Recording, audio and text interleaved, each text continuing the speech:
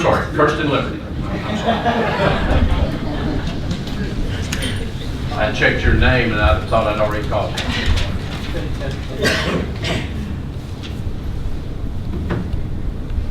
All right. Good afternoon.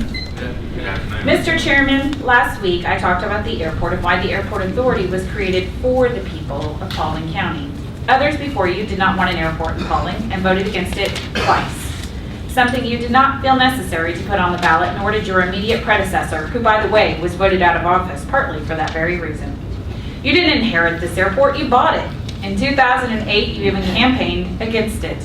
Not once, even when you sought re-election in 2012, did I hear you mention commercial service. Then you, and a lame duck commission, decided it would be a grand idea to turn the $50 million plus airport over to an unelected authority with an intergovernmental agreement. Exactly who is this good for?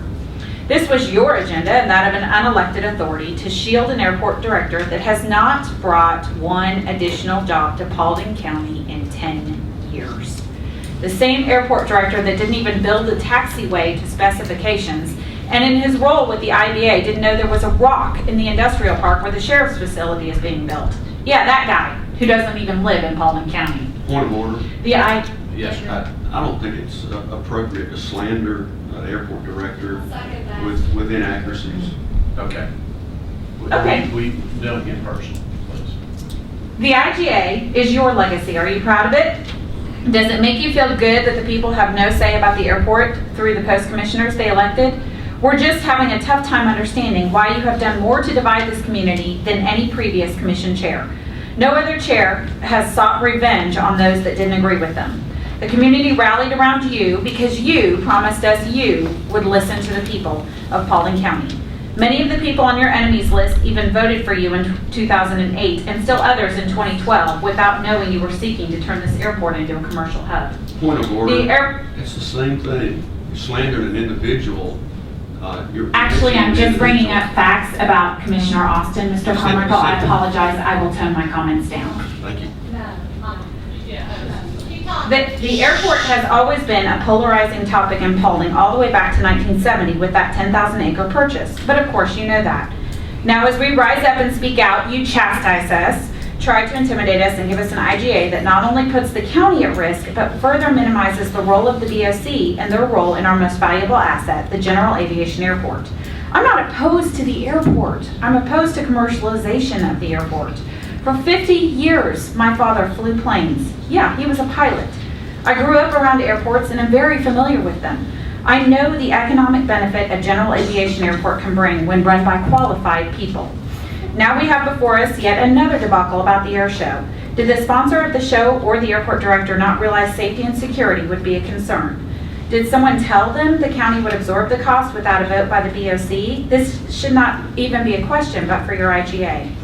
In more than one airport authority meeting before and after the IGA, Mr. Swafford and Chairman Thompson tell the PCAA board there will be no cost and that the private entity will pay for everything. When questioned about funding slack, a PCAA board member is told the private entity will pick it up. I guess everything doesn't include safety, or maybe someone's incompetence is showing again. All of this is on video if you'd like to listen again.